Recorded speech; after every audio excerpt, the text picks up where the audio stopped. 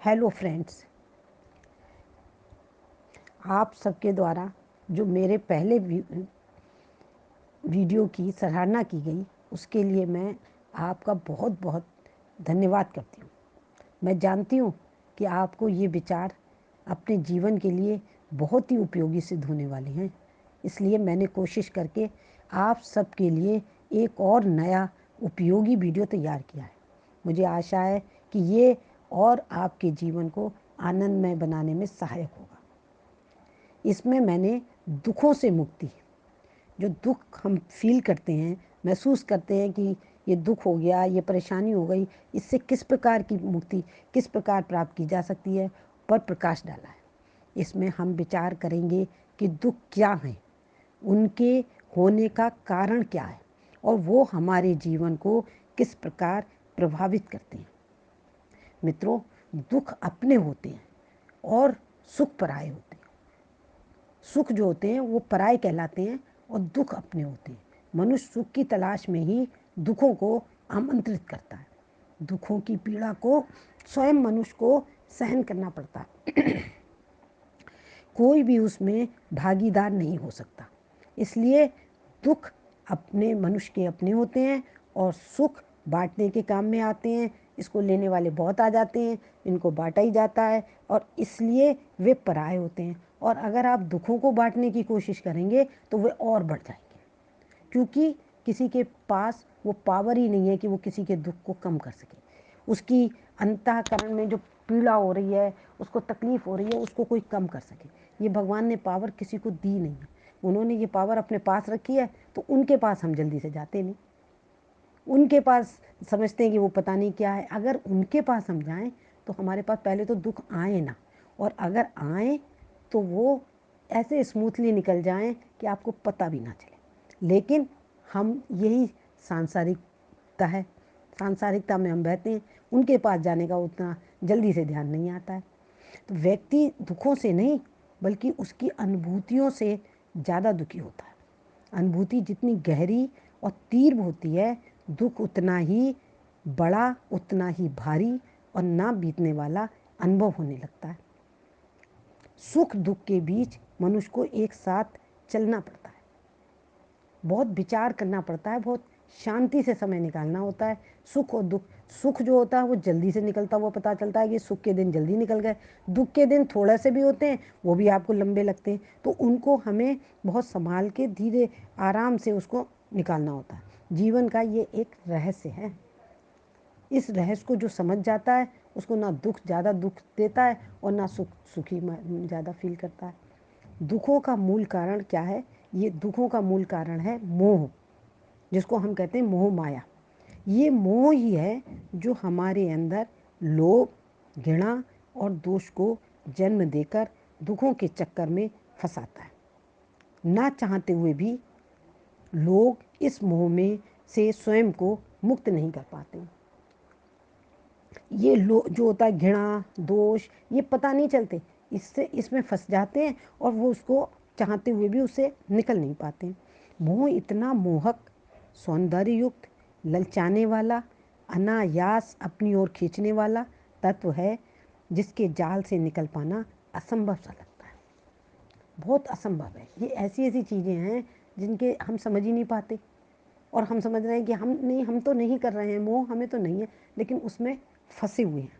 ये मोह मोहक होने के साथ साथ इतना विस्तृत, गहरा और पारदर्शी है कि संसार के सभी तत्वों में इसे पाया जाता है।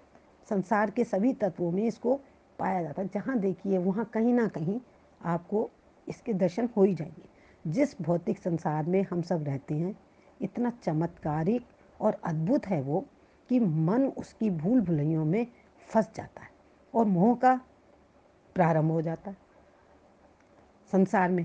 दरअसल मन इतना तीव्रगामी और शक्तिशाली है कि जब वो प्रबलता के साथ किसी ओर बढ़ता है तो उसे रोक पाना असंभव हो जाता है। ये किसी की ओर बढ़ना, उसे प्राप्ति की आकांक्षाओं और पूर्ति के लिए हर संभव उपाय करना, ता येन केन प्राकरेण उसे प्राप्त कर लेना ही मोहबद्ध होना है। आप एक बार उलझे तो फिर बचने का रास्ता नहीं मिलता है। अब हम सोच रहे हैं कि नहीं, हम तो, हमें नहीं है, लेकिन लालच में, मोह में इतना डूब जाते हैं कि हम उसको समझ नहीं पाते। सबको ज्ञान है बहुत तरीके का, लेकिन वो ज्ञान एक तरफ हो जाता है और हम मोह माया में फंस जाते हैं। मोह के अनेक रूप हैं, अनेक आयाम हैं और अलग अलग स्तर पर इसके अलग अलग स्वरूप हैं। अलग अलग स्तर पर अलग अलग तरीके से दिखाई देगा, जो कि लगेगा ही नहीं कि ये मोह हो रहा है, मोह हो गया हमें, लेकिन उसके अलग अलग स्टाइल होते हैं। जो जन्म लेता है इस संसार में, वो मृत्यु को प्राप्त भी होता है। सबको मालूम है, सबको ये वाली बात का ज्ञान है, सब जानते हैं मृत्यु निश्चित है और सब छोड़कर जाना है, ये भी सब जानते हैं। हम लोग जो यहाँ फिल्मों के पात्रों के रूप में सब अपनी अपनी भूमिका को निर्वाह करने के लिए आए हैं। इस भूमिका में जहाँ तक हमारा कार्य है वहीं तक उसे करके चले जाना है। चाहते हुए भी हम रुक नहीं सकते, ये भी सबको ज्ञान है, ये भी सबको पता है, लेकिन हम फिर भी मोह माया में फंसे हुए हैं, परेशान हैं, दुखी हो रहे हैं, कहीं क्या क्या नहीं कर देते हैं उस चीज़ के लिए प्राप्त करने, जबकि हमें ये पता है कि संसार में नहीं रहना है, कोई भी चीज़ लेके नहीं जाना है, कुछ भी नहीं करना है, आए हैं अपना अपना अपना अपना रोल अदा करना है और चले जाना है। जब हमारा कार्य मात्र भूमिका निभाना ही है, तब मोह कैसा? क्यों हम मोह में फंसते हैं? क्यों करते हैं हम कर्तव्य कर रहे हैं, कर्तव्य कर रहे हैं, ड्यूटी कर रहे हैं, ड्यूटी को अंजाम दे रहे हैं, ड्यूटी खत्म, काम खत्म, अपने शांति से रहिए। मोह जो है, मोह ग्रसित होकर धन वैभव की प्राप्ति और यश के लिए प्रयास करते हैं। हम लोग क्या करते हैं?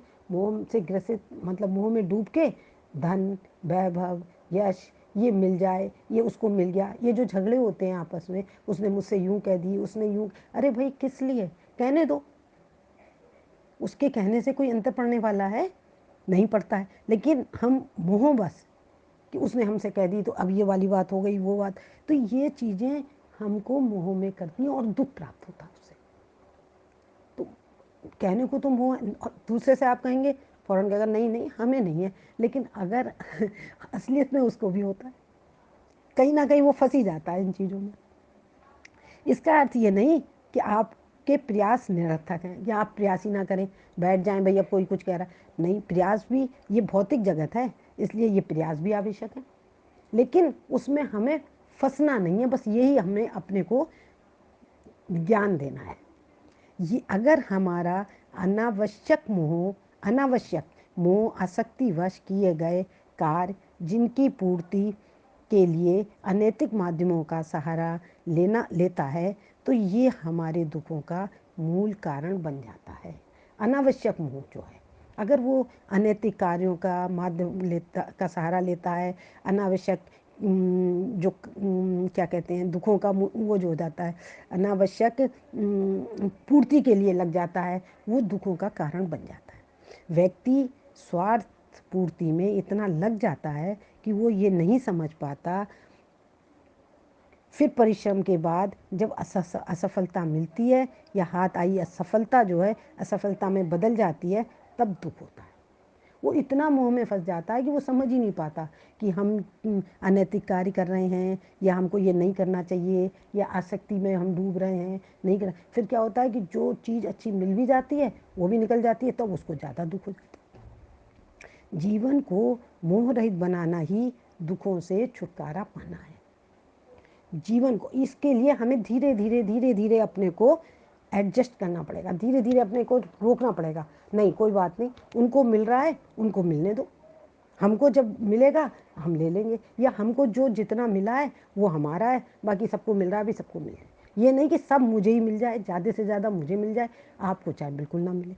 ये जब हम रोकेंगे तो हम दुखों से अपने को महसूस करेंगे कि हम दुखों से छुटकारा पा रहे हैं। मोह ही हमारे मन की आसक्ति है, वासना है, लालसा है, कुल मिलाकर अनवरत भटकाव पैदा करने वाला मोह ही है, जबकि हम केवल इसके माध्यम मात्र हैं। संसार में खाली आए थे और खाली हाथ ही जाना है, फिर ये मोह किस लिए? सबको ज्ञान है, लेकिन वो मोहवशी भूल जाते और उसी में फंस जाते। ये भगवान ने इस संसार में माया भी फैला रखी है कि वो आदमी इसी में डूबा रहे। तो उससे जो निकलता है, जो अपने को उससे अलग करता है, ज्ञान उसमें आता है, तो वो ही जो है इस मोह के फंदे से निकल सकता है।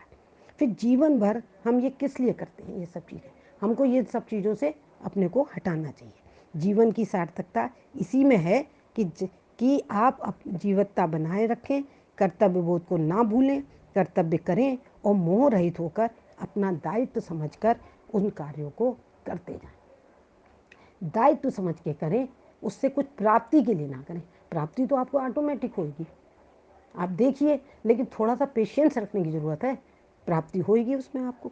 हमको ये समझ के चलना चाहिए कि हम कहाँ कहाँ मोह में फंस रहे हैं। जब ये सोच कर चलेंगे तब आपके जीवन से दुख दूर होते चले जाएंगे। एक सुखद अनुभूति से आपका सामना होगा, साक्षात्कार होगा, एक सुखद अनुभूति आएगी, वो अंदर से आपको फील होगी। उसके लिए थोड़े पेशेंस की, धैर्य की और शांति की जरूरत है। ये आत्म साक्षात्कार उस आत्मत्व के प्रति समर्पण है जहाँ कर्तव्य तो है पर मोह नहीं है। उस आत्म, ये जो बहुत गूढ़ विषय है ये, इसके लिए जो हमारे अपने मन को हमें समझाना पड़ेगा। तो भगवान जो हमारे अंदर बैठे हैं उनके प्रति समर्पण है, तब हमको मोह नहीं होगा और हमें कर्तव्य की तरफ ध्यान जाएगा। बस हमारा कर्तव्य है हम आपके लिए ये करें, आप हमारे लिए क्या करेंगे इस पे हम विचार करना, तब हमारा हट जाएगा हमारा मन। तो हमारा वो, अगर हमारा ये ध्यान रहेगा कि हमने आपके लिए ये किया, आपने हमारे लिए क्या किया, मोह आ गया, आपने तो हमारे लिए कम कर दिया, तो इसमें वो हो जाएगा। लेकिन अगर हमारे मन में कर्तव्य आएगा, नहीं हमारा तो धर्म है, ये तो भाई हम करेंगे, आप करें ना करें, लेकिन फिर आप भी करेंगे, ये सोचेंगे, और जहाँ ये मोह नहीं है वहाँ दुख नहीं रहेगा। फिर जब हम कर्तव्य की तरफ अपना ध्यान करेंगे तो फिर दुख नहीं आएगा, दुख रहेगा ही नहीं। मोह से एकदम नहीं छूटा जा सकता, इतने के बावजूद भी मोह से हम एकदम नहीं छूट सकते। इसके लिए प्रयास करना होगा, इसके लिए हमें पेशेंस रखना होगा, धैर्य रखना होगा, बेलगाम मन पर अंकुश लगाना होगा। मन को अंकुश में रखना पड़ेगा। नहीं कोई बात नहीं, उन्होंने नहीं किया, कोई बात नहीं, मत करो, हमारा कर्तव्य, हमने तो अपना कर्तव्य कर दिया। इससे आपको आंतरिक सुख मिलेगा, आंतरिक खुशी मिलेगी। ये अंकुश है जो आपको न केवल सही रास्ते पर रखेगा बल्कि एक दिन मोह रहित भी बना देगा। आपको इसमें फिर अपने जीवन में आपको अंतर दिखाई देगा और आपको दुखों से मुक्ति प्राप्त करवाएगा। फिर आपको दुख लगेगा ही नहीं जीवन में। आज के लिए इतना ही बहुत है, मैंने ये अपना आपको बताने का प्रयास किया है। Thank you.